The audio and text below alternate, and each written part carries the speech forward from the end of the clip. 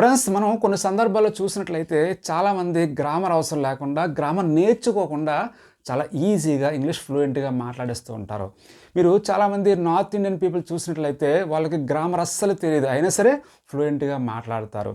మీరు గోవా వెళ్ళి చూసినట్లయితే గోవాలో స్ట్రీట్ వెండర్స్ అందరూ కూడా ఇంగ్లీష్ మాట్లాడడం జరుగుతుంది. ఎందువల్లంటే వాళ్ళు నిత్యం ఒకే రకమైన ఎక్స్ప్రెషన్స్ యూజ్ చేస్తూ ఉంటారు. అలాగే ఏ సందర్భంలో ఎటువంటి ఎక్స్ప్రెషన్స్ యూజ్ చేయాలనే విషయం కూడా వాళ్ళకి చాలా ఐడియా ఉంటుంది. కాబట్టి వాళ్ళు ఫ్లూయెంట్గా మాట్లాడగలుగుతారు. మీరు కూడా గ్రామర్ అవసరం లేకుండా కొన్ని రకాల ఫిక్స్డ్ ఎక్స్ప్రెషన్స్ నేర్చుకొని ఫ్లూయెంట్గా ఇంగ్లీష్ మాట్లాడవచ్చు. అందులో భాగంగా ఎక్స్క్లూజివ్గా ఈ 4th వీడియో లెసన్లో కొన్ని రకాల ప్రిపోజిషన్స్తో కూడిన ఎక్స్ప్రెషన్స్ను, సెంటెన్సెస్ను, ఫ్రేజెస్ను నేను మీకు ఎక్స్క్లూజివ్గా ఎక్స్ప్లెయిన్ చేయడం జరుగుతుంది తెలుగు ఎగ్జాంపుల్స్తో. వీటిని మీరు నేర్చుకొని మీ కాన్వర్జేషన్లో యూజ్ చేసినట్లయితే మీరు కూడా ఇంగ్లీష్ చాలా ఈజీగా ఫ్లూయెంట్గా మాట్లాడగలరు. So without wasting time, let's get started. My name is Venkat, your favourite English trainer.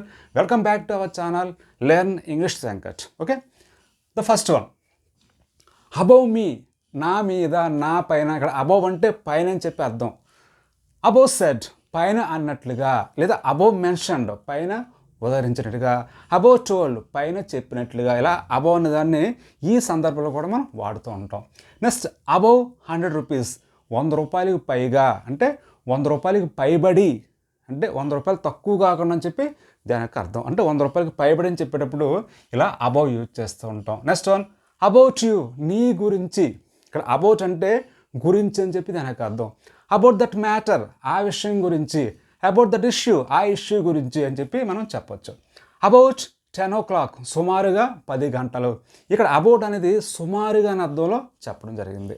Next one, around 1 lakh, దాదాపుగా 1,00,000. అంటే ఇక్కడ అరౌండ్ని, అబౌట్ని మనం ఒకే రకమైన అర్థంలో ఇక్కడ యూజ్ చేయడం జరిగింది. నెక్స్ట్ వన్, ఆఫ్టర్ హిమ్, అతని తర్వాత. ఆఫ్టర్ ద ఎలక్షన్స్ తర్వాత అలా మనం చెప్పొచ్చు. ఆఫ్టర్ ఈవినింగ్, సాయంకాలం తర్వాత. ఆఫ్టర్ మార్నింగ్, ఉదయం తర్వాత అని చెప్పి ఇలా మనం చెప్పొచ్చు. అక్రాస్ ద రోడ్, రోడ్డుకి అడ్డంగా, అంటే ఇలా రోడ్డు ఉన్నప్పుడు దానికి అడ్డంగా అని చెప్పేటప్పుడు అక్రాస్ ద రోడ్ అని చెప్పి మనం చెప్పొచ్చు. ఎట్ ద టైమ్, ఆ సమయం నందు.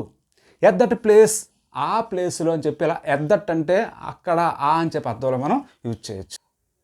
Friends, the next one is along the road, road వెంబడి, రోడ్డు వెంట. అలాంగ్ ద బీచ్, బీచ్ వెంట, బీచ్ వెంబడి అని చెప్పి చెప్పొచ్చు. అలాంగ్ విత్ యూ, నీతో కలిసి. అలాంగ్ విత్ హిమ్, అతనితో కలిసి. యాజ్ యూ సెడ్, మీరు అన్నట్లుగా. యాజ్ యూ మెన్షన్డ్, మీరు మెన్షన్ చేసినట్లుగా. యాజ్ యూ టోల్డ్, మీరు చెప్పినట్లుగా. అకార్డింగ్ టు రూల్స్ ప్రకారం, రూల్స్ అనుసరించి. అకార్డింగ్ టు ద ప్రోగ్రామ్ ప్రకారం, ప్రోగ్రామ్ అనుసరించి. అరౌండ్ యువర్ హోమ్, మీ ఇంటి చుట్టూ. అరౌండ్ ద స్టేడియం చుట్టూ. At the back of me, నా వెనక వైపున. At the back of hotel వైపున, అంటే హోటల్ వెనక వైపున. At the end of the movie చివరిలో. At the end of the story చివరిలో అని చెప్పి ఇలా మనం చెప్పొచ్చు. Next, at the time of going, వెళ్ళే సమయం నందు. At the time of doing, చేసే సమయం నందు, చేసే సమయంలో అని చెప్పి అనొచ్చు. ఆఫ్టర్ కమింగ్, వచ్చిన తర్వాత. ఆఫ్టర్ గోయింగ్, వెళ్ళిన తర్వాత. ఆఫ్టర్ డూయింగ్, చేసిన తర్వాత అని చెప్పి ఇలా మనం ఇంగ్ఫామ్ యూజ్ చేసి, ఆఫ్టర్ యూజ్ చేసి ఇలా చెప్పొచ్చు. ఆఫ్టర్ అన్ అవర్, గంట తర్వాత.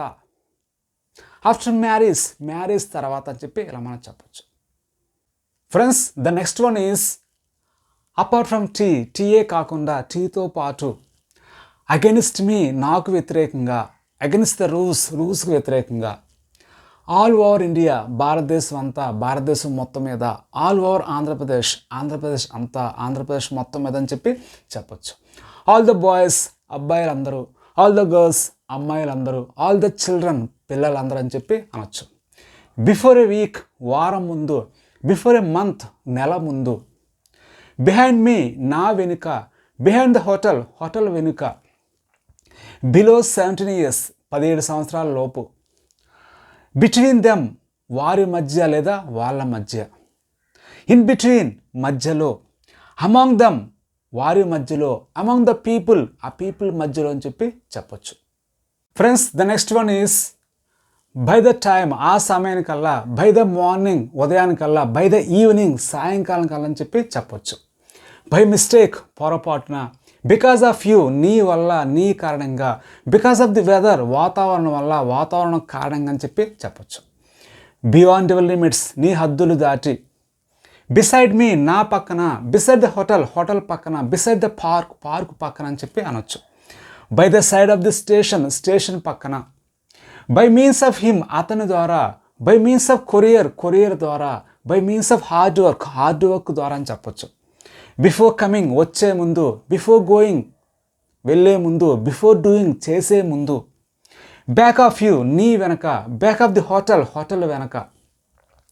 బిసైడ్స్ హిమ్, అతనే కాకుండా అంటే అతనితో పాటు. అంటే బిసైడ్స్ ఇంగ్లీష్ అంటే ఇంగ్లీషే కాకుండా, ఇంగ్లీష్తో పాటు అని చెప్పి దానికి అర్థం. Friends, the next one is due to rain, వర్షం వలన. బికాస్ ఆఫ్ రెయిన్ అన్నా, డ్యూ టు రెయిన్ అన్నా ఒకటే మీనింగ్. బీయింగ్ ఫేవరిష్, జ్వరంగా ఉండడం చేత. బీయింగ్ హాలిడే, సెలవు అవడం వలన. డ్యూరింగ్ ద హాలిడేస్, సెలవుల్లో, సెలవులందు. డ్యూరింగ్ ద క్లాసెస్, క్లాసుల్లో, క్లాసులు ఏందని చెప్పి చెప్పొచ్చు. డౌన్ ద స్ట్రీట్, వీధి దిగున, వీధి కిందున అని చెప్పి. ఈవెన్ మై సన్, నా కుమారుడైనా, నా కుమారుడు కూడా. ఎండ్ ఆఫ్ ది మంత్, నెల చివర, నెల ఆఖరణ. ఎండ్ ఆఫ్ ది వీక్, వారం చివర, వారం ఆఖరణ. ఎండ్ ఆఫ్ ది ఇయర్, సంవత్సరం చివరన, సంవత్సరం ఆఖరణ అని చెప్పి చెప్పొచ్చు. ఎక్సెప్ట్ యూ, నీవు తప్ప, నీవు కాకుండా. ఎక్సెప్ట్ దమ్, వాళ్ళు తప్ప, వాళ్ళు కాకుండా. ఈదర్ ఇడ్లీస్ ఆర్ దోశ, ఇడ్లీ కానీ దోశ కానీ. అంటే ఇక్కడ మనం చాయిస్ని చెప్తున్నాం. ఆ చాయిస్ని చెప్పేటప్పుడు ఇలా ఈదర్ ఆర్ యూజ్ చేస్తుంటాం. అంటే ఇడ్లీ కానీ దోశ కానీ అని చెప్పి చెప్పేటప్పుడు. ఎక్స్క్లూడింగ్ ట్యాక్సెస్, ట్యాక్సెస్ మినహాయించి అంటే ట్యాక్సెస్ వదిలి. ఇక్కడ ఎక్స్క్లూడింగ్ ఆపోజిట్ ఏమో ఇంక్లూడింగ్. ఇంక్లూడింగ్ ట్యాక్సెస్ అంటే ట్యాక్సెస్ కలుపుకొని. ఎక్స్క్లూడింగ్ ట్యాక్సెస్ అంటే ట్యాక్సెస్ తప్ప, ట్యాక్సెస్ మినహాయించి అని చెప్పి దానికి అర్థం. ఇలాంటి చిన్న చిన్న ఫ్రేజెస్ మనకు ఎక్కువగా తెలుసుకోవడం వలన చాలా ఈజీగా మనం కంఫర్టబుల్గా, కన్వీనియంట్గా ఇంగ్లీష్ మాట్లాడగలం.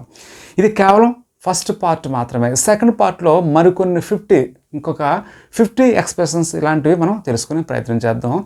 మీకు ఈ వీడియో చూసిన తర్వాత నచ్చినట్లయితే లైక్ చేయండి, కామెంట్స్ కూడా చేయండి ఎలా ఉందో వీడియో. అలాగే మీకు ఎలాంటి వీడియోస్ కావాలి, ఎలాంటి లెసన్స్ మీకు అవసరం అవుతాయనే విషయాన్ని కామెంట్స్ రూపంలో తెలియచేయండి. Thank you for watching. Take care, keep learning.